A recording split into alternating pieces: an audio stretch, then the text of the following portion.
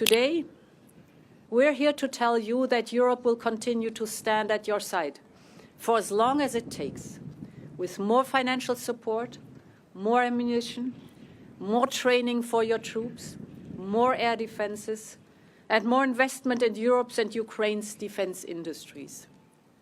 There will be a free and sovereign Ukraine. There will be peace and prosperity. And there will be Europe.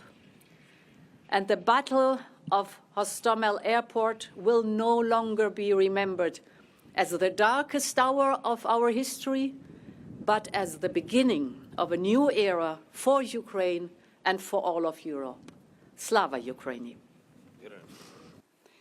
And here we are today to say thanks to those men and women who on the 24th of February 2 years ago did not run away and instead fought for themselves, for their families, for what they hold most dear. This place is the symbol of Moscow failure. This place is a symbol of Ukrainian pride. Your fight is our fight. You are fighting for your sovereignty, for your territory, for your language, for your culture, for your democracy, but also for our democracy. Just like what happened on this very ground 2 years ago.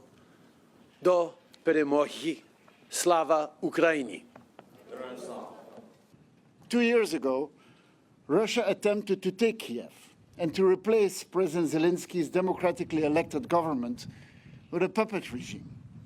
And yet, here we stand, shoulder to shoulder, together with you, Mr. President.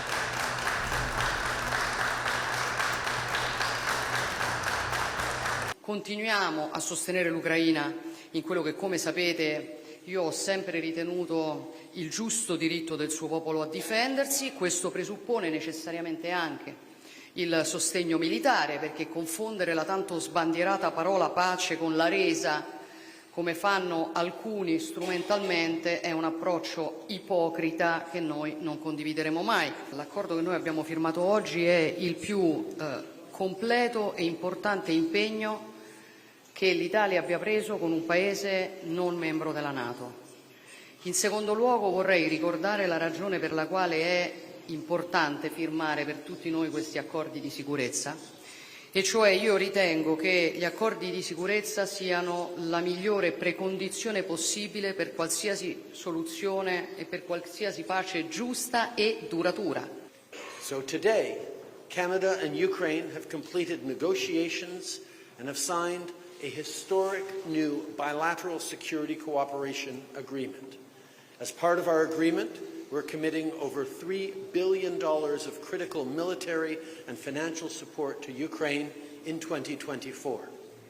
The new military support builds on what we've provided since 2022 and continue to provide, and it includes significant support for the armoured coalition, which is an area of Canadian strength and will allow us to continue to demonstrate leadership amongst our coalition partners, and support to the Air Force coalition, building on our commitment in July.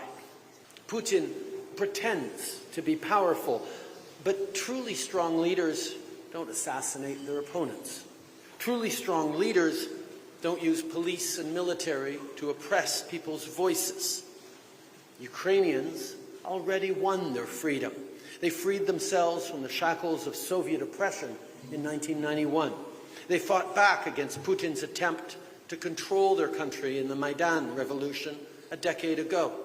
Ukraine must have the means to defend itself today, but also for tomorrow. Ukraine needs the capabilities, to deter future attacks by Russia. This is crucial for your security and, of course, for the security of Europe as a whole. We will open a Defence Innovation Office here in Kyiv. And finally, we keep on working on the security commitments, as we just heard, for Ukraine, all in close cooperation with G7 partners.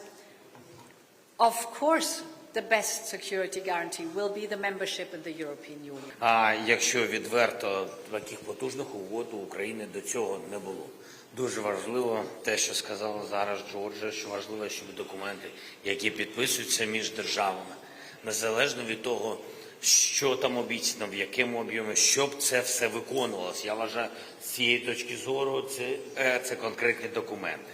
Якщо цей літак працює над територією, тимчасово окупованою територією України, застосовуємо нашу зброю. Якщо на інших напрямках, застосовуємо українську зброю. Україна не має можливості і не має права, і ніколи цього не буде застосовувати зброю партнерів на інших територіях, окрім української тимчасово окупованої території. But I leave Kiev with one big conviction. We have to do more, we have to do it more quickly, and we have to do it in a more efficient way. And many European countries are really looking at all possible solutions to be able to provide you with more ammunition on the short term. We know this is definitely needed, and we will try to come with solutions in the next days or in the next weeks. Today, we mark 2 years since Russian tanks rolled into Ukraine, starting the biggest war in Europe since World War II. Let me begin by honoring all those brave Ukrainians who have fallen or been wounded in defense of their homeland. The situation on the battlefield remains extremely serious. President Putin's aim to dominate Ukraine has not changed, and there are no indications that he is preparing for peace. But we must not lose heart. Ukraine has demonstrated remarkable skill and fierce determination again and again. Ukraine did not collapse in weeks, as many feared it would.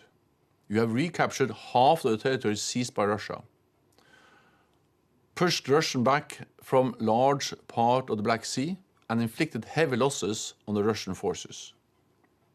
Above all, Ukraine retains its freedom and independence.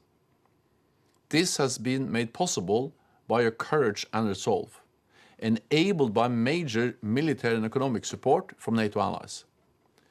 Just in the past days and weeks, NATO allies have announced new packages of aid worth billions of dollars. These cover key capabilities like artillery ammunition, air defense, and combat boats, as well as F-16 equipment and spare parts, drones, and the mining equipment. More support is on the way.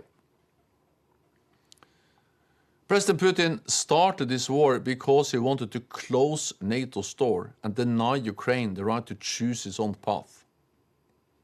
But he has achieved the exact opposite.